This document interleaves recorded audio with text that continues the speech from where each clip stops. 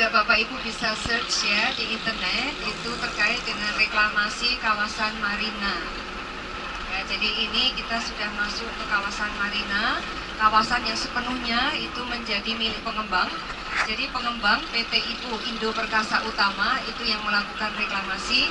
Kemudian mereka mendapatkan hak kekuasaan atas wilayah ini. Nah itu 85 tahun, itu pada waktu direklamasi tahun 86, itu perjanjiannya mereka bisa menguasai lahan ini sampai 85 tahun. Pemerintah provinsi itu berusaha menggugat ya 2 tahun yang lalu, tapi pemerintah provinsinya kalah. Ya, jadi pemerintahnya yang kalah. Jadi ini kawasan Puri Anjasmoro ya. Nah ini betul-betul ini merupakan kawasan reklamasi. Tadinya ini betul-betul laut Bapak Ibu. Nah diambil dari mana tanahnya? Itu dari kawasan Candi. Jadi ada di sebelah belakang kiri kita ya.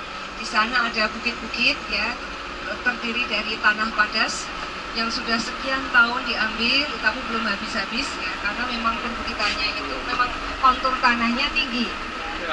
Jadi bisa Bapak Ibu lihat ya di sebelah kiri itu toko-toko ya, toko-toko sebelah kiri kanan, coba di sebelah kanan itu kelihatan ya, kelihatan bahwa tanahnya itu lebih rendah dari jalan raya. Tadinya tidak, tadinya di atas jalan raya ya. Jadi kalau kita lihat di sebelah kanan ini geraha spa ini dibuat lebih tinggi dari jalan. Nanti coba Bapak Ibu ke sini 5 tahun lagi mungkin sudah sejajar dengan jalan raya ini. Ini ya di sebelah kanan lihat lebih rendah ya. Nah yang kawasan lebih rendah ini berarti kawasan yang belum diuruk.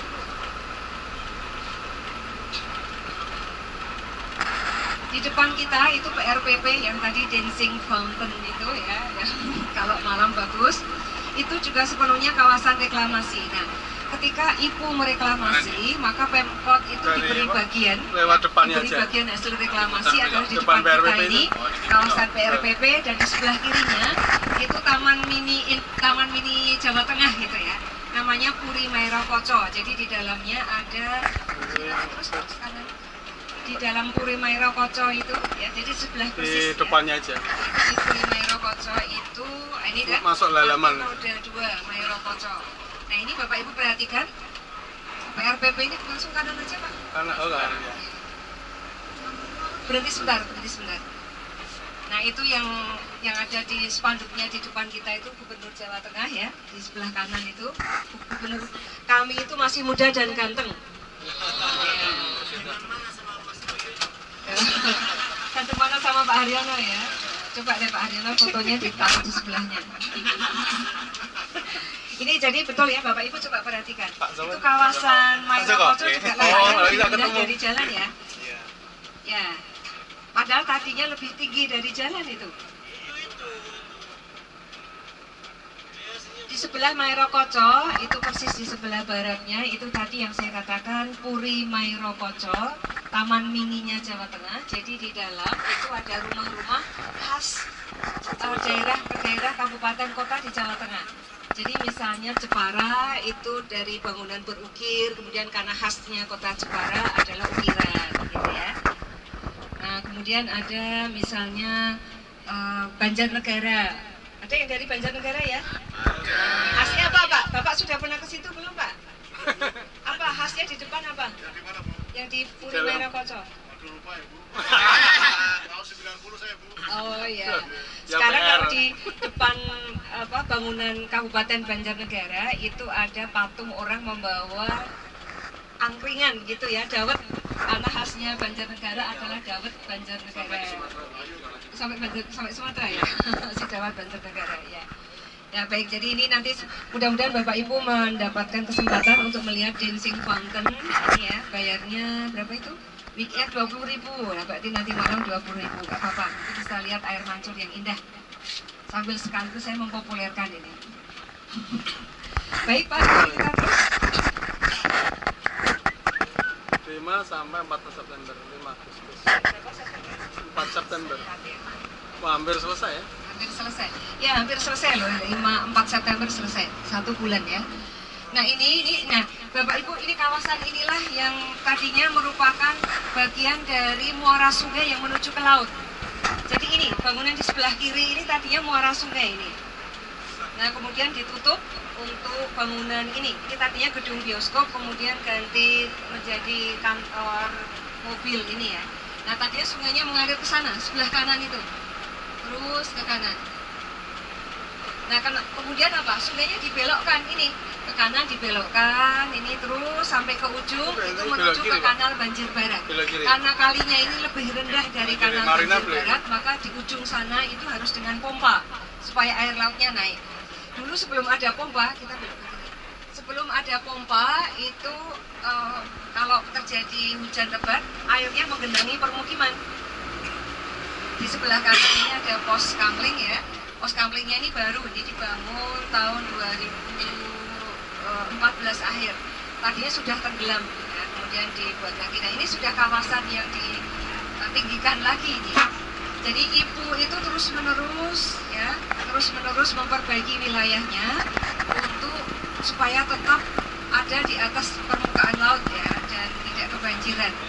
Nah, coba kita lihat yang sebelah kiri. Sebelah kiri ini kan lebih rendah dari jalan raya. Nah, tadinya aslinya lebih tinggi itu dari jalan raya.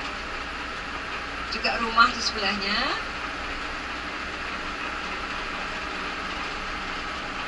Di sebelah kanan ini permukiman mewah yang ada di kawasan ini. Nah, kenapa ya orang-orang itu masih mau tinggal di sini? Padahal kawasannya itu terancam amblesan setiap saat ya. Karena menurut Feng Shui ini katanya ini termasuk kawasan emas, kawasan naga katanya ya, jadi yang membawa keberuntungan. Ini bagus kan kawasannya, kawasan permukimannya mewah dan penuh ini, jadi orang-orang juga senang tinggal di sini karena memang sistem keamanannya baik ya, lingkungannya bagus. Hanya memang harus waspada ya, karena kalau orang kaya itu kan rumahnya banyak ya, jadi nggak apa-apa kalau ada satu rumahnya yang terancam, nanti kan tinggal pindah ke tempat lain. Ya, ya, sama seperti di Jakarta di kawasan Pantai Indah Kapuk PIK ya. Ini ada Holy Stadium di sebelah kanan, ini juga bangunan yang bagus ya untuk sarana olahraga.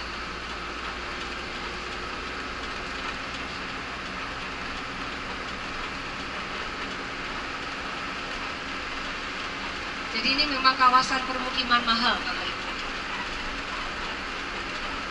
Jadi pembangunan itu dilakukan sepenuhnya oleh swasta, ya, bekerja sama dengan pemerintah, karena pemerintah juga tidak kuasa kalau harus memelihara kawasan ini terus-menerus ya, dengan dana yang ada tentu saja tidak bisa.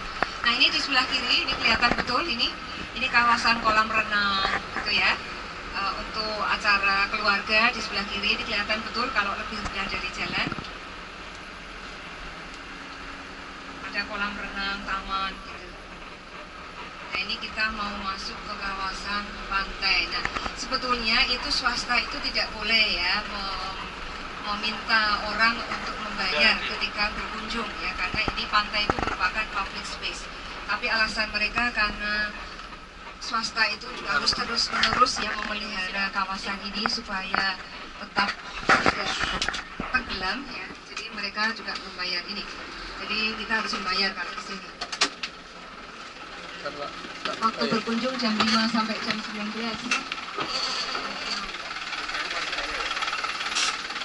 Dari 5 orang. Dari 5. Ini paketan Pak. Apa? 150. Apanya? 150. Ini bayarnya semua paketan kalau Oh, bis. 150. Ya. Kalau 35 malah tak hitung itu mah lebih Pak. Ya. Bentar ya Pak ya. Ini gratis ya Pak? Dari mana Pak? Undip, Pak. Fakultas apa Pak? Ya? Fakultas Ilmu lingkungan. Pasca sarjana.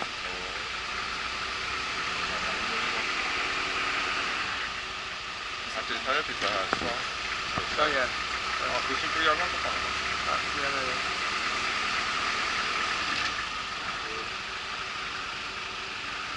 Ada bebas parkir ya Pak ya. Oh iya. Makasih Bu ya.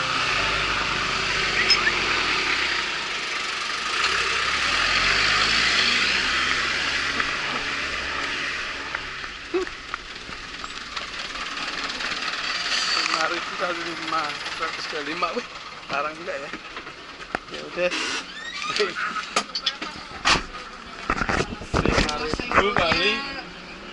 Pemkot saja sebetulnya tidak tahu persis kawasan reklamasinya Ya, berapa. 30 orang. Karena ibu itu juga tertutup. Ya, mestinya nanti kita tanyakan ke Pak Helmi yang kemarin ya. Karena dari Pak Helmi bisa, ya, dari Citra Satelit itu bisa.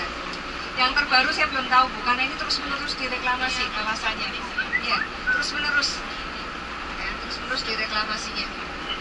Jadi ini di sebelah kanan ya, kita lihat ya, rumahnya kan bagus-bagus ya. Rumah-rumah besar. Nah, di sebelah kiri itu menjadi kawasan rekreasi. Kita bisa naik, ini ada beberapa perahu pribadi gitu ya. Beberapa perahu pribadi milik orang-orang yang tinggal di sini. Jadi laut pribadi.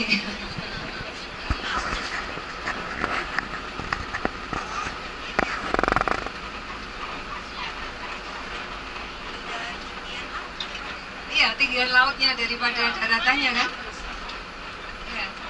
Makanya ada tanggulnya itu. Ini kan sekaligus sebagai tanggul di sebelah kiri ini. Kanan nih, Pak. Terus kita jalan aja. Kita terus saja bisa. Jalan. Siapa tahu beloknya susah loh mas. Oh iya. Bis soalnya. Oh iya. Mungkin kita perlu jalan kaki aja ya menuju ke kawasan sana. Karena kalau mobil bisa, tapi bis susah.